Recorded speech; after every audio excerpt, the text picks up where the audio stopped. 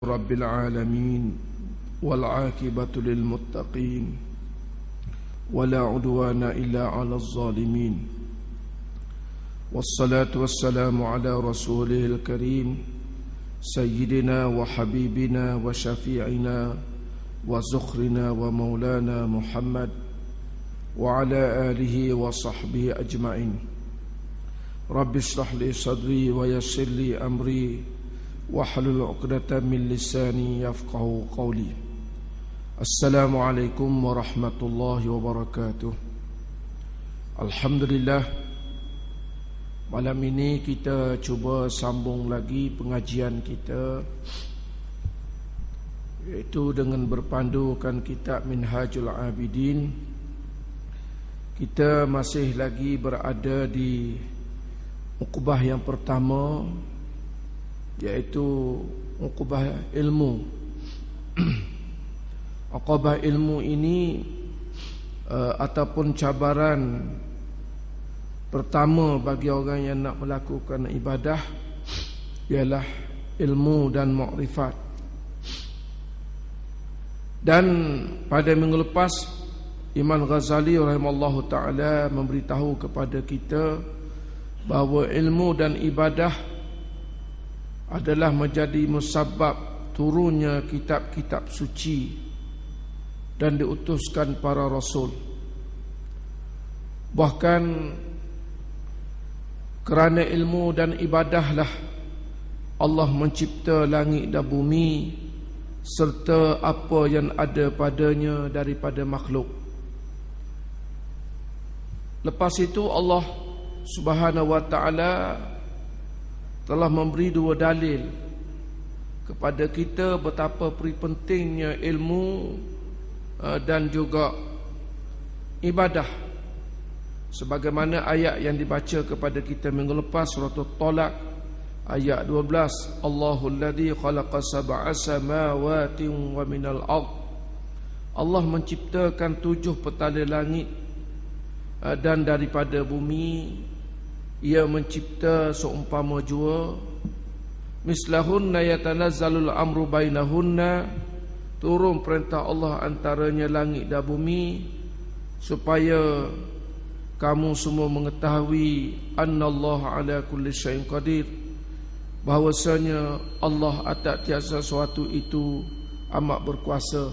Wa annallaha qad ahata bi kulli syai'in ilma, dan bahawasanya Allah telah meliputi akan ilmunya dengan tiap-tiap sesuatu. Dalil ini menjadi hujah kepada pentingnya dalam kita menuntut ilmu ataupun mencari ilmu.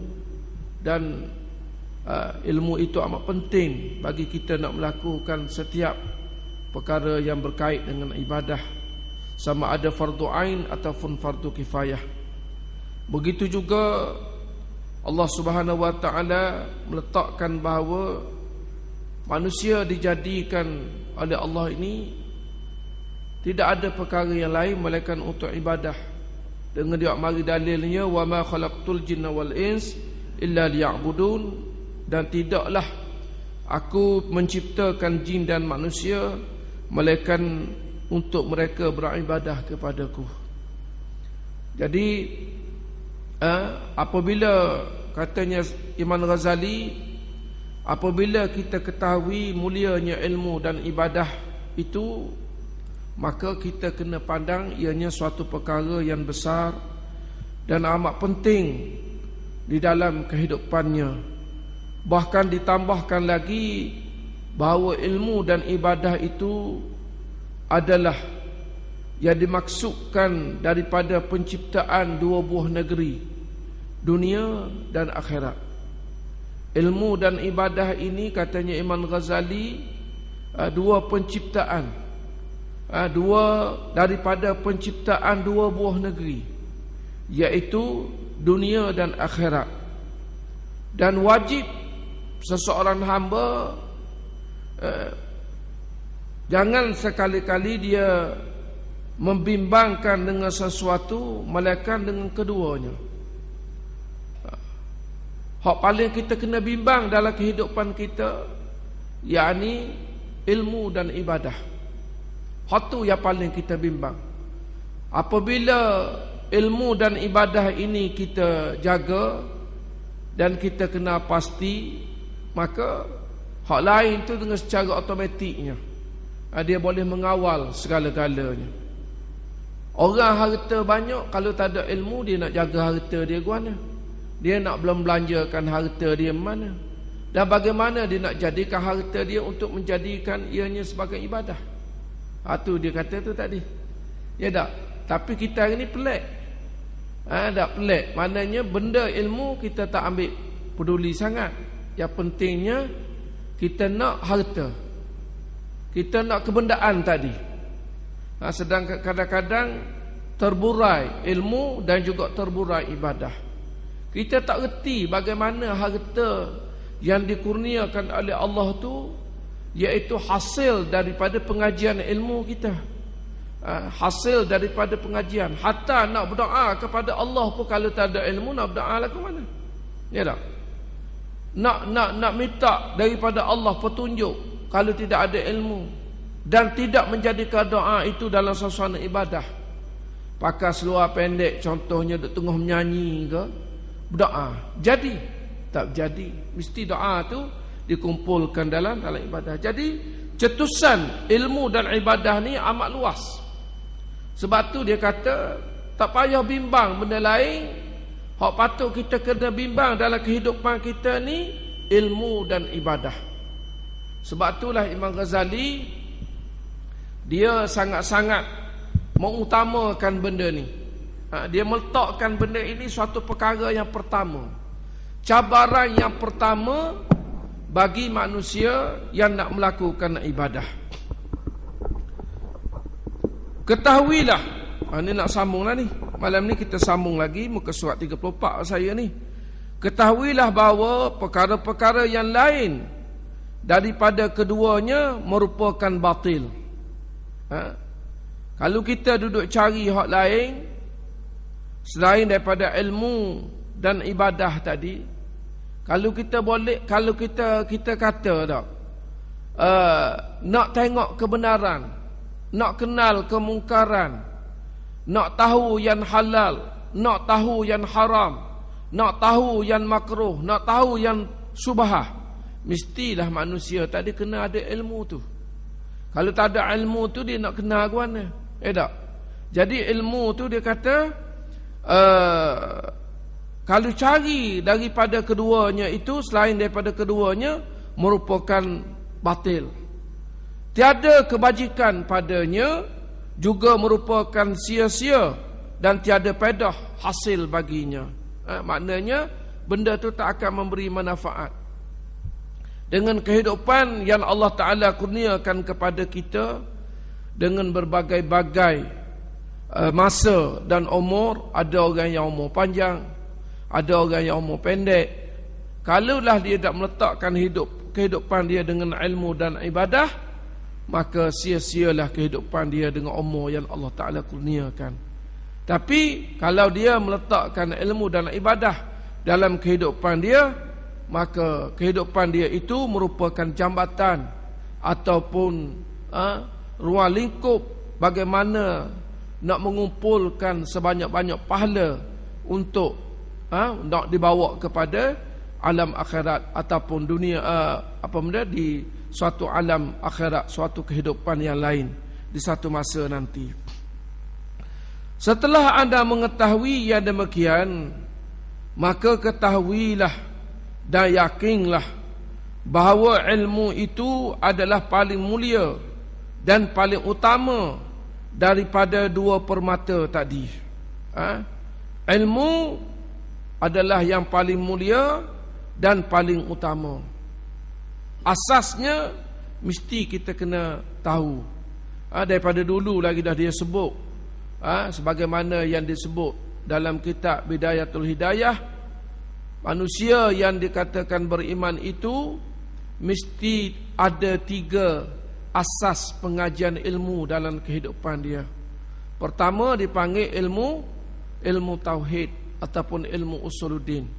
Yang kedua dipanggil ilmu syariat ataupun ilmu fiqh, dan ketiga dipanggil ilmu batin ataupun tasawuf. Ketiga-tiga ilmu ini mesti sekurang-kurangnya yang fardu ain. Mesti ada hak asas tu. Kalau kata ilmu tauhid, biasanya kita beri penekanan kepada Allah Subhanahu Wa Taala, mengesakan Allah. Sama ada kita belajar sifat dia dan sebagainya. Begitu juga dengan ilmu fiqh, yang asasnya kita kena ketahui bab taharah, bab suci, bab salah, bab solat dan sebagainya, bab bab semayang dan sebagainya, puasa, haji dan sebagainya. Asasnya kita kena ketahui. Itulah sebagai panduan kepada kehidupan seorang Islam. Kerana itu Nabi sallallahu alaihi wasallam telah bersabda, Inna fadlal alim 'ala al-'abid ka fadli 'ala adna rajulin min ummati. Maksudnya, sesungguhnya kelebihan orang alim, orang alim yang beramal dengan ilmunya di atas orang abid, orang yang beribadah tanpa ilmu, seperti kelebihan diriku di atas orang yang paling rendah martabatnya daripada umatku. Itu dia. Kelebihan orang alim, ada ilmu, dia beramal dengan ilmu dia. Katanya Rasulullah, diumpamakan sebagai diri dia. Orang yang berilmu, lepas tu dia beramal dengan ilmu. Ni dipanggil ulama'. Ulama' ni sebenarnya definisi ulama' ni bukan berilmu saja. Yakni berilmu dan beramal dengan ilmu. Maknanya dia ada ilmu. Contohnya kita kata puasa sunat. Dia tahu puasa tatawwu'. Dia tahu puasa-puasa sunat. Lepas tu dia beramal dengan puasa sunat. Itu dipanggil orang alim. Kalau royak ke orang je wah suruh puasa sunat, dia sendiri pun tak pernah puasa sunat, maka itu dia bukan alim. Mana berilmu saja. Dia tidak beramal dengan ilmu. Ni apa benda? Orang yang beribadah pula tanpa ilmu. Katanya Rasulullah, seperti orang yang paling rendah martabatnya daripada umatku.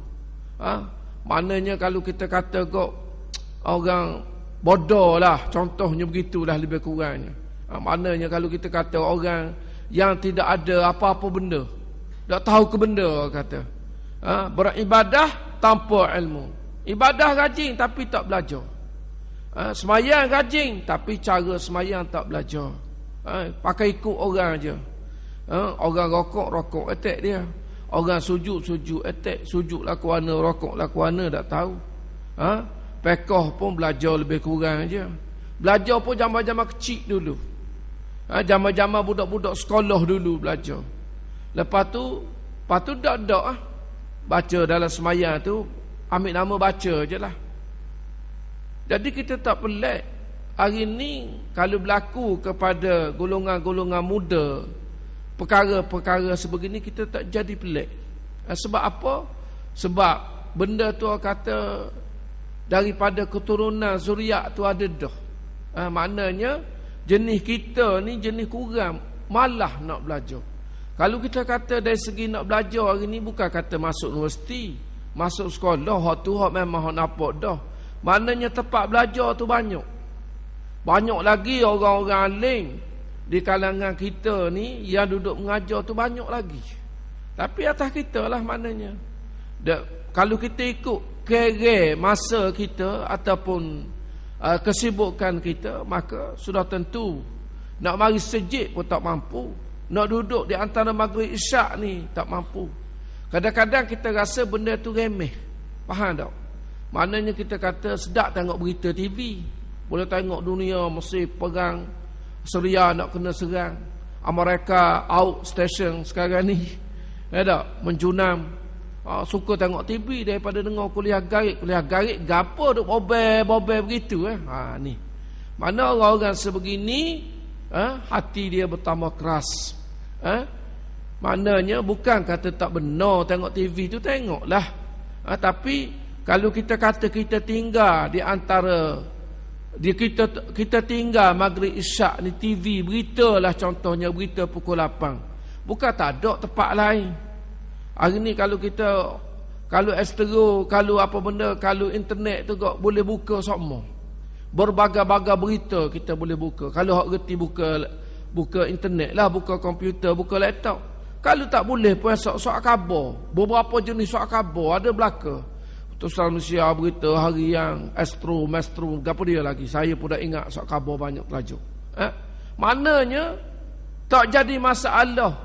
Tak bodoh. Maknanya kalau kita kata tinggal TV di antara Maghrib Isyak, tak ada masalah lagi. Bukan kata siapa tak tahu hubungan luar, tidak.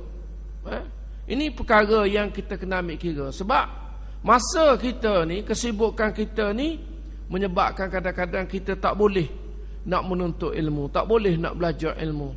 Sedangkan hari ni maju mundur sesuatu umat itu tertakluk kepada ilmu dia. Tertakluk pada ilmu yang ada padanya. Maju orang alim kerana ilmu dia.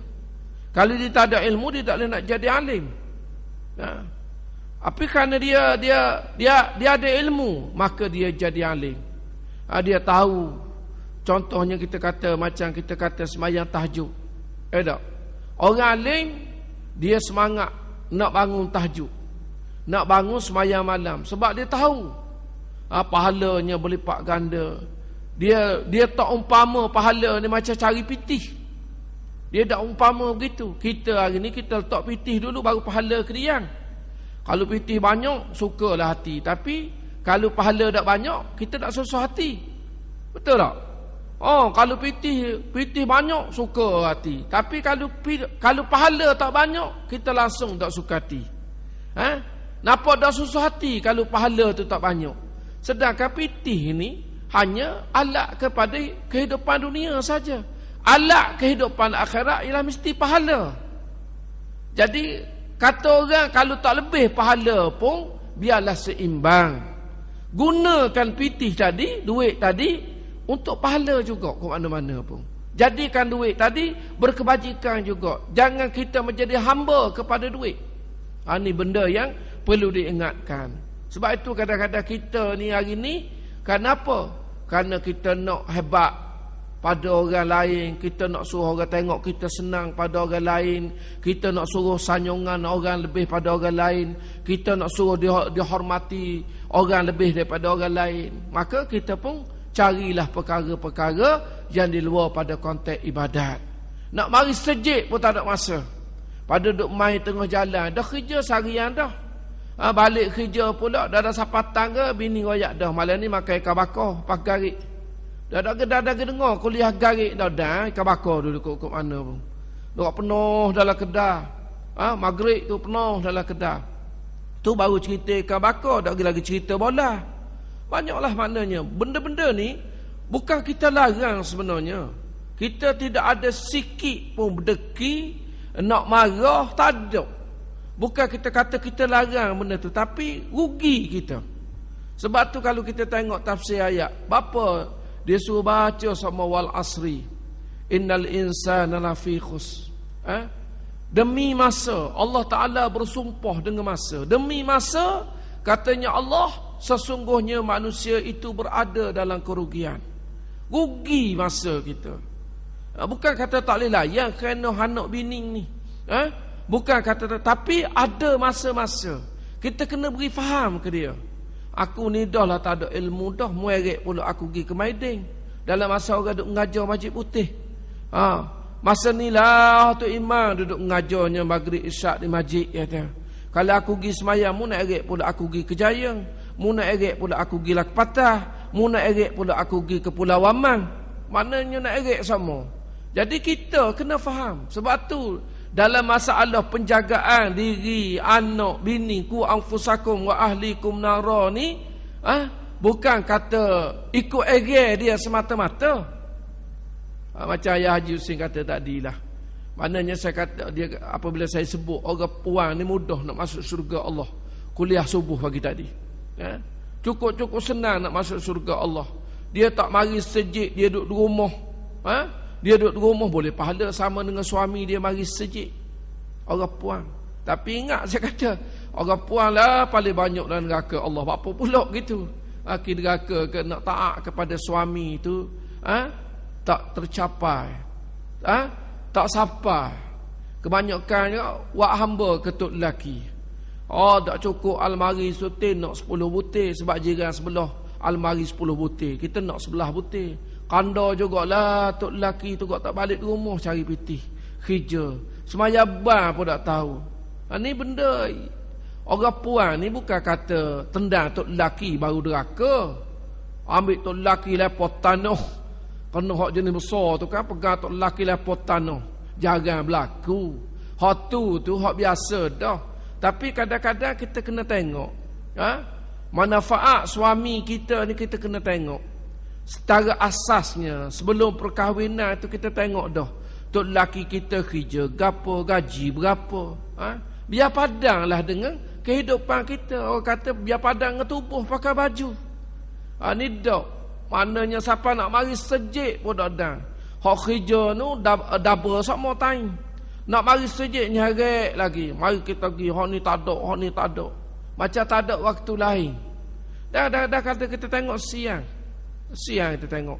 Kita duduk pergi ke Maidin, kadang-kadang kita pergi juga garik, bukan kata tak pergi. Kita pergi juga garik.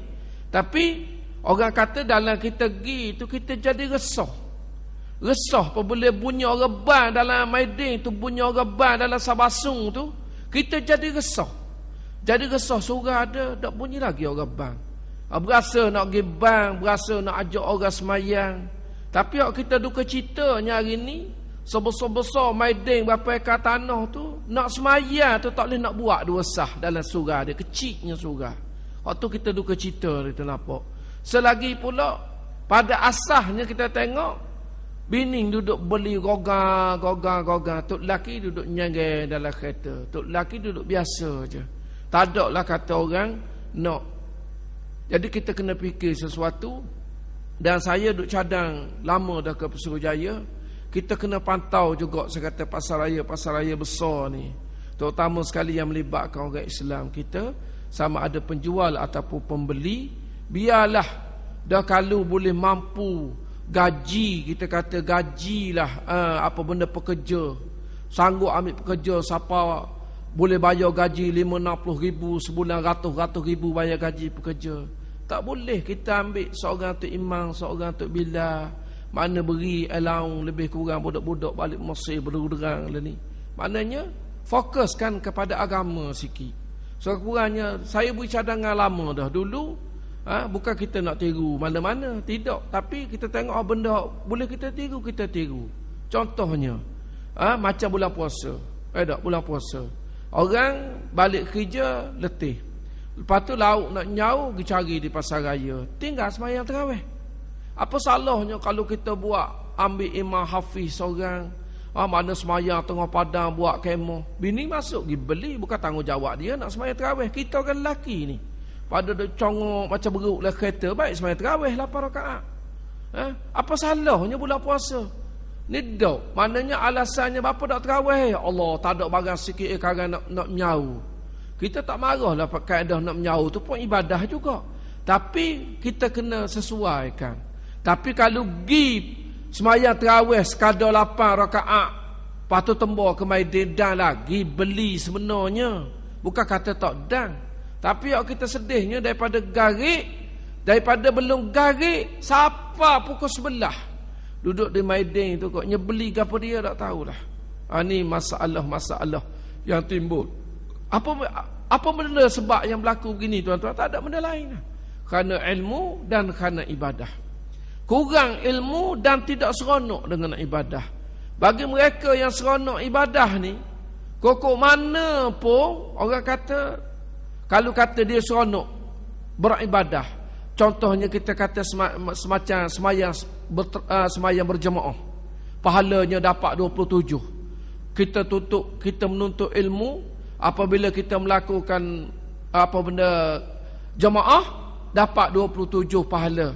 Allah Ta'ala gandakan 27 pahala kepada kita yang solat berjemaah. Orang-orang yang seronok dengan pahala, yang nak cari pahala, nak cari berjemaah, dia tak semayang seorang. Mana dicari juga peluang supaya dia dapat berjemaah. Naik atas masjid, cuek bau orang, walaupun orang duk sembahyang sunat dah. Mana dia niat dia nak berjemaah tu kuat. Mari daripada Setiu nak mari cari nisan kapung di Pasar Payang. Setiu tak ada nisan kapung. Mari pucuk Setiu tu. Kemarin jumpa dengan saya. Daripada mana? Mari daripada Kapur Rahmat. Mari. Saya tak boleh, ustaz dia kata, kalau mari bandar sini tempat saya, dia kata. Mana dia nipu susati, dia kata, siapa dia kata, sudah molek naik atas tangga sejik, dia kata, ustaz wisalah dah, salam, mari Zuhur, mari saya tukar Zuhur ngasur kemarin, wisalah dah, Allah dah nak ikut, dia kata, tu imam kita. Dia pun tengok orang duk semayang sunat, cuek bau, maknanya semayang berjemaah. Mana siapa dia kata dia niat dah tadi, dah turun daripada rumah pukul 11.30 tadi, biarlah dah semayang Zuhur di Masjid Putih. Masjid Putih lah orang panggil Masjid Abidin, orang tak kenal mana. Orang kampung lama-lama Masjid Putih ya. Ada mananya kuatnya kita kata hasil daripada mana tu? Kerana ilmu dan ibadah. Dia ada ilmu, dia tahu pahala semayang berjemaah ni banyak. Dan pula kalau kita nak kira hak sepak-sepak, pahala hak sepak. Tuan-tuan bayangkanlah. Kalau kita kata berjemaah, konteks berjemaah tadi, kemungkinan kalau di rumah pun boleh berjemaah. Bukan kata tak boleh jemaah, ngebining kita celah kata pun boleh berjemaah dah. Tapi hak sepak-sepak hak lain tu kemungkinan tak ada. Kalau buat di rumah. Ada doa contohnya. Doa masuk masjid, boleh nak baca doa sebelum masuk rumah. Rumah duduk dalam rumah dah nak baca doa kan. Tapi kalau kita mari masjid, setiap kali kita sapa di masjid, ada je pahala. Baca doa masuk masjid, Allahumma ighfirli zunubi waftahli abwaaba rahmatik. Allahumma ighfirli zunubi. Hei Tuhan, ampun dosaku. Ampunkanlah dosaku, dosa kesalahan aku. Waftahli abwaaba rahmatik, dan bukakanlah pintu rahmat daripada awak, daripada kamu. Kalau kita ada di rumah tak baca Allahumma ighfirli zunubi waftahli abwaaba rahmatik, semayang sunat tahiyatul masjid, surah dengan sejik beza dah. Masuk dalam surah tak ada tahiyatul surah, ada tahiyatul surah ataupun tahiyatul musalla ada, tak ada, tahiyatul masjid saja. Semayang sunat tahiyatul masjid, maknanya pahala cukup-cukup banyak. Sebab tu dulu berhubung dengan nikah. Lain ni ramai dah nikah di masjid sekarang ni. Bagus dah, satu kesedaran. Saya kata tak ada benda lah kalau nak pahala banyak. Buat di masjid. Buat di rumah ni kadang-kadang tak juru harah mana. Puan lelaki dia bercapur waduk, suka ha isak rokok. Padahal majlis akad nikah tu majlis ibadah, bukan majlis adat. Apabila kita kata majlis ibadat ni, malaikat-malaikat yang duduk atas ni berdoa kepada orang yang duduk dalam majlis tu. Bermula daripada khutbah nikah, sapalah ijab dan kabul. Majlis tu majlis ibadat, bukan majlis adat. Sebab tu khutbah kita kena dengar. Ijab dan kabul kita kena dengar. Ni kita tak nak dengar ijab dan kabul je. Kalau sekali jawab dia kata nak sangat nampak tu. Kalau tak boleh jawab dia bor pula. Oh bodoh tak boleh jawab. Jadi tu manusia. Mari. Tapi kalau kita buatlah sejid, contohnya kita buat pagi contohnya tak. Kita kata pukul 11 janji untuk imam nikah, pukul 11 pagi. Mari di masjid. Orang mari nak akad nikah masjid itu banyak benda dia boleh buat. Baca doa, masuk semayang sunat tahiyatul masjid, iktikaf dalam masjid, semayang sunat duha 2, 4, 6, 8, 12. Lepas tu baca Quran. Kalau kita duduk rumah orang, boleh belakang tu kita nak buat. Kalau kita buat majlis akad nikah rumah kita, boleh buat benda tu? Tak boleh buat. Tak ada sabuk. Cuma kau tunggu tak imam mari. Tak? Tak imam mari dah. Tak imam pun naik nya kak. Nikah, habis nikah tu kok. Ya, dah 3-4 bulan bercerai. Sepang pergi jabat qadi, jabat agama. Ni. Kalau kita buat di masjid, pakaian kita jaga, tutup aurat. Orang puang duduk di tabir orang puang, orang lelaki duduk di tabir orang lelaki. Maknanya orang kata banyak benda lah. Ini semua ilmu belaka ni tuan-tuan. Bukan kata dia boleh dengan sengaja gitu. Orang hak tuan-tuan duduk di rumah, dia cakap macam tuan-tuan ni duduk di rumah lah, ni duduk tengok TV. Manfaat tu adalah, tapi ibadah ke tak? Tak ada doa lah dia. Tak ada doa malaikat, tak ada. Ni berapa juta malaikat ada berdoa ke kita ni. Masuk masjid tadi baca doa, ni malaikat pula ada doa. Satu majlis ilmu yang kita hadiri itu, Allah Ta'ala lipat gandakan pahala, berlipat-lipat kali ganda, dapat pahala yang amat besar. Tapi benda ni, pahala-pahala ni tak macam pitih duit. Kalau pitih duit macam cabut tangan betul, wah, oh penuh sejik putih tak? Pakat mari belaka. Tapi dah kerana pahala ni benda hak lambat lagi.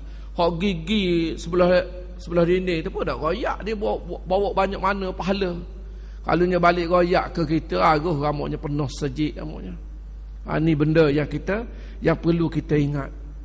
Sebab tu dalam nak kupas ilmu dan ibadat ni, apa yang disarang oleh Imam Ghazali ni luas kupasannya. Sebab tu saya dalam kitab Minhajul Abidin Haji Hussein, saya tak pegang saya tak pegang kepada satu kitab.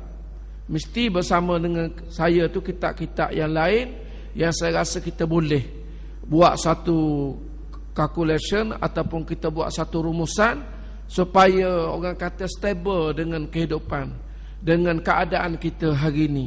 Sebab tu saya bercakap banyak berhubung dengan masalah kita. Kalau kita duk baca kitab, duk royak hak kisah-kisah hak dulu-dulu, orang dulu-dulu gitu, itu sebagai peringatan ataupun pengalaman dia orang. Tapi hak kita nak hari ni, hak kita nak buat kedudukan kita hari ni. Satu dalil yang menyatakan kelebihan orang alim yang beramal dengan ilmunya, yang beramal dengan ilmunya. Dan sabda Nabi sallallahu alaihi wasallam, nazratun ilal alim ahabbu ilayya min ibadati sanatin siyamiha wa qiyamiha. Bermaksud, sekali tilik kepada wajah orang alim dengan tilik kasih sayang dan hormat, terlebih kasih kepadaku daripada ibadah setahun yang terdiri daripada puasanya dan semayangnya. Sekali tilik, sekali tengok, sekali pandang wajah orang alim. Wajah orang alim. Pertamanya kita nak alim yang beramal dengan ilmu. Yang beramal dengan ilmu, itu dipanggil alim. Tapi kebanyakannya orang alim ni dia beramal dengan ilmu, baru kita panggil orang alim. Tok guru, tok ayah, ustaz, tok imam contohnya. Tak, beramal dengan ilmu. Kita tengok wajah dia. Katanya Allah, katanya Rasulullah sallallahu alaihi wasallam, seperti ibadah setahun. Seperti kita puasa setahun ataupun semayang setahun. Tengok orang, wajah orang alim yang beramal dengan ilmu. Tengok wajah dia. Itu makna kelebihan orang alim yang beramal dengan ilmu dia. Dan dalam hadis yang lain, sesiapa yang mencerca, yang memaki hamu, yang memfitnah, yang menghina, yang mengherdik ulama-ulama, orang-orang alim yang beramal dengan ilmunya, maka Allah Subhanahu wa taala mengisytiharkan perang kepadanya. Sebab itulah maknanya kita hari ni kita kena jaga. Kita kena jaga. Sebab apa benda? Sebab al-ulama warathatul anbiya. Ulama itu pewaris nabi-nabi. Orang yang boleh ikut jejak langkah nabi ni, orang yang tahu beramal sebagaimana nabi beramal, orang alim, orang ada ilmu. Kalau tak ada ilmu nak beramal ke mana? Nabi pun dia tak kenal. Orang tanya kubur nabi duduk mana? Mesir royak. Itu maknanya suatu benda petanda lah tu. Kalau kita tanya budak, anak kita sabahlah kubur Nabi Muhammad duk mana, diriwayat duk Mekah. Boleh tahan kira sikit, pelawak tu bahasa logik sikit, Mekah.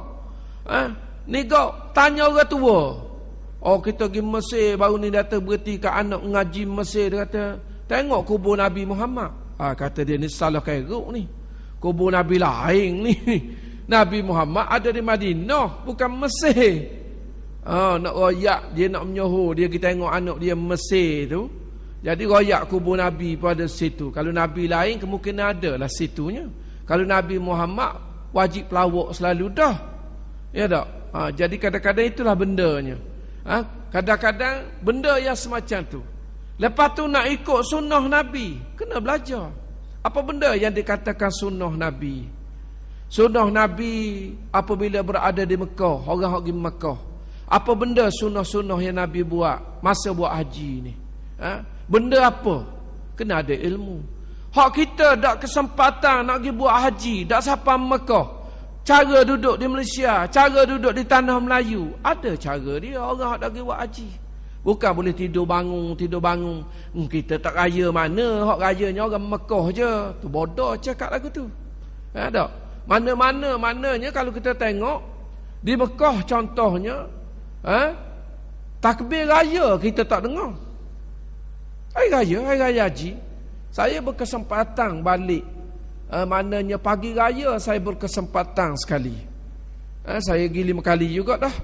Mana berkesempatan pagi raya tu berkesempatan. Lepas saya buat rukun haji, tawaf rukun dan juga apa benda sa'i rukun, saya tahlul. Lepas tu bunyi Salatul Aidil Adha rahimakumullah. Bunyi tu bila dipanggil nak sembahyang sunat raya Aidil Adha. Sedar-sedar Allahu Akbar, Allahu Akbar, Allahu Akbar. Kita pegang sembahyang tepi-tepi gitu dah nak masuk dalam sejid dah. Dah sembahyang lalu dah. Tak ada macam kat kita Allahu Akbar, Allahu Akbar, Allahu Akbar. Pukul 7 bunyi dah sejid. Kecuali baru ni dah lewat sikit. Kita memang tak kejut. Tapi saya mari awal baru ni. Haji Hussein tak mari sini marah. Mananya kalau kita tengok tak ada petanda pun. Tapi kita sini boleh takbir raya. Hari-hari tasyrik. Hak duduk dalam kemah tu. Tidur je pagi raya. Tak tahu pun hari tu hari raya. Dah orang wukuf. Apa benda? Lepas pada wukuf 10 hari raya tu. Nak pergi melatah di Jamratul Aqabah. Masing-masing duduk tidur dalam kemah. Jangan angok. Dah sembahyang raya. Dah. Duduk di Mina. Dah sembahyang raya. Hak dia sembahyang hak wukuf, maya zuhur wukuf tu ada khutbah wukuf dipanggil. Hak tu berasa macam geraya sikit. Hak air raya betul tak berasa raya. Siapa wahepa, siapa nasi wukuf dalam kemah tu bahan hak tu. Ada hak cakap toke kereta, cerita hak kereta. Hak bahagian toke, hak bahagian tanah lada bercakap hak tanah lada. Orang kampung. Kita kelak. Jiwa kita duk sejid 26 tahun, 27 tahun ni berasa tahu hari raya. Maknanya meriah kita lagi daripada suasana di Mekah pada hari raya. Orang kata hari raya puasa kita juga. Tak ada dia nak pergi ziarah, menziarahi macam kita beranjur atas jalan raya. Tak ada. Senang duduk dalam rumah belaka. Ni tak tahulah sama ada Wahabi ke apa benda, kita tak tahulah tu. Tapi biasa dengan kita.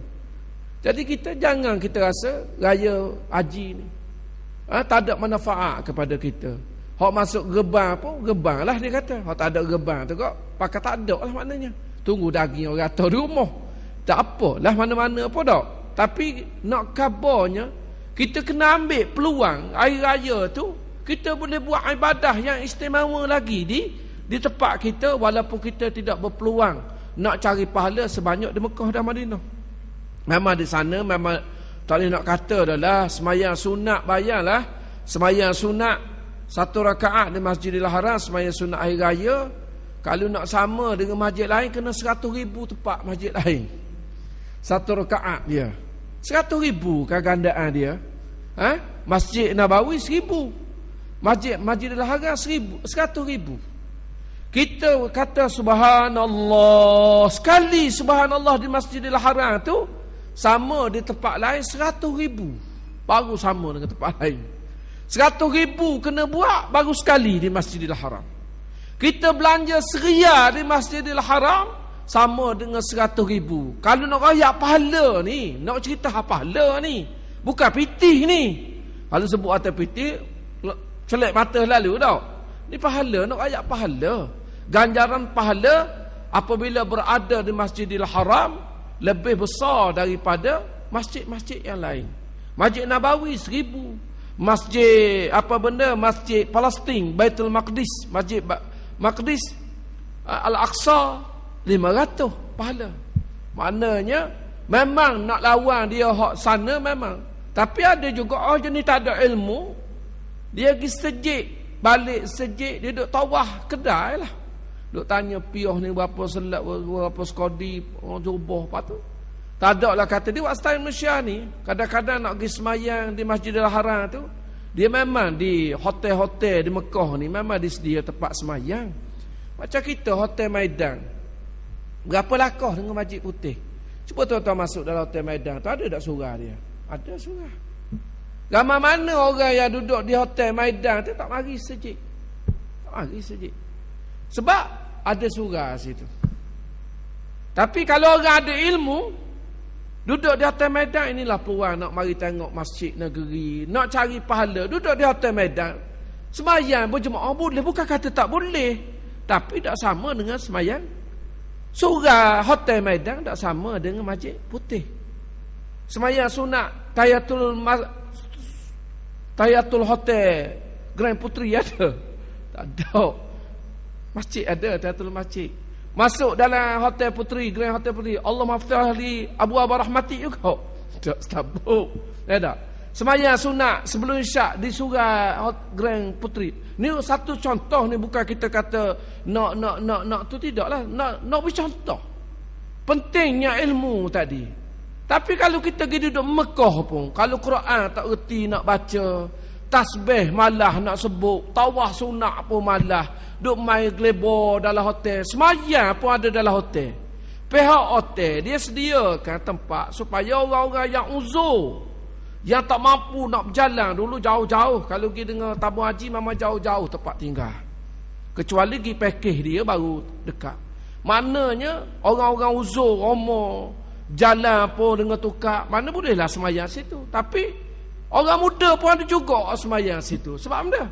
Sebab dia duduk di Malaysia ni, dia banyak semayang di rumah daripada semayang sejid. Dan selagi pula syaitan hasut dia.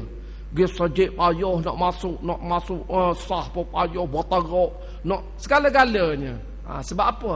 Sebab ilmu dia tak ada, ataupun kurang ilmu. Jadi sebab itulah, apa-apa benda yang kita nak buat tadi, ilmulah yang paling penting. Keseronokan ibadah kita apabila ilmu kita ada, kita jadi seronok. Tapi kalau tak ada ilmu, macam orang ngaji belagu juga. Ada. Dia kalau orang ngaji belagu ni, kalau orang ada ilmu bahagian taranum ni, tahu lagu-lagu ni, Allah, dak lekat nak dasar belakang. Ada. Dengar Tok Imam akak suara tu, lagu gapo? Lagu ni payah maknanya. Tapi bagi orang yang tidak tahu lagu, supaya je hamba lagu gapo dia asas semayang sudahlah. Itulah peringkatnya. Tapi bagi orang yang macam orang tahu silat, dengar gendang silat tu, dia tak lekat duduk dah atas rumah. Maknanya naik angin orang kata. Begitulah juga dengan ibadah tadi. Kalau kita mempunyai ilmu yang secukupnya, sudah tentu kita rasa seronok. Ilmulah yang mendorong keseronokan dalam ibadah sebenarnya. Kita tahu bahawa bangun malam, benda tu memang senang bercakap, tapi payah nak buat. Nak bangun malam tu, nak bangun dengan semayang sunat, nak bangun baca Quran, nak bangun tahajud tu, cakap senang, tapi nak bangun tu payah. Allah nak bangun semayang malam guana ustaz, subuh pun pukul 7. Pukul 7 subuh. Mandi tu berserta dengan nak pergi jabak lalu. Celah kata itu je semayang. Ya? Maknanya Tapi kalau kita ada ilmu dan kita nak beramal dengan ilmu, kita tahu bahawa Tuhan sebut tahajud tu, Tuhan sebut dalam Quran. Cuma dia tak jadi wajib ya. Mula-mula dikatakan tahajud tu, Rasulullah dan sahabat mewajibkan diri dia setahun. Bangun malam ni, fatahajjad bihi nafilatan lak asa an yab'athaka rabbuka maqaman mahmuda. Surah Isra kita baca dah. Kita Rasul Kafi dah tafsir masjid. Tepat bagi orang yang sembahyang tahajud ni, tempat yang paling tinggi, maqaman mahmuda.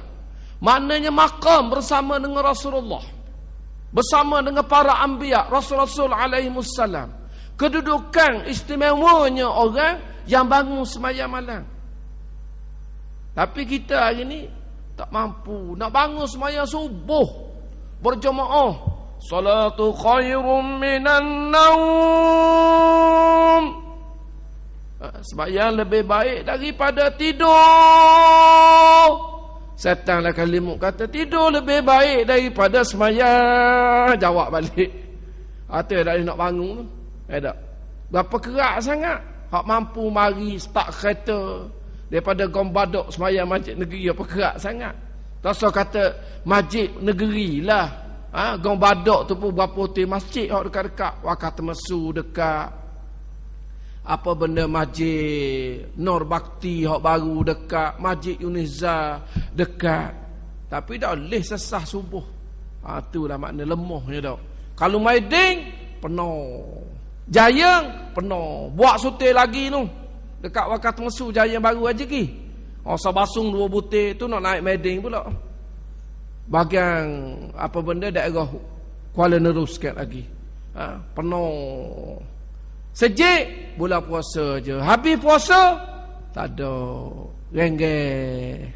Inilah kelemahan-kelemahan yang ada pada kita. Saya tak nak kata kat orang.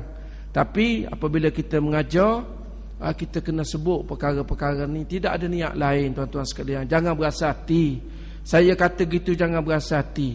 Kita nak memperingatkan. Kadang-kadang saya mengajar ni, tuan-tuan rasa kadang-kadang kata kat aku ke? Tak sebenarnya. Kalau tuan-tuan tak mau terima, tak mau dengar Ustaz Azhar ngajar, tak apalah, Ustaz Azhar untuk diri dia sudahlah. Dia duduk enjar nafsu iblis yang ada dalam diri dia.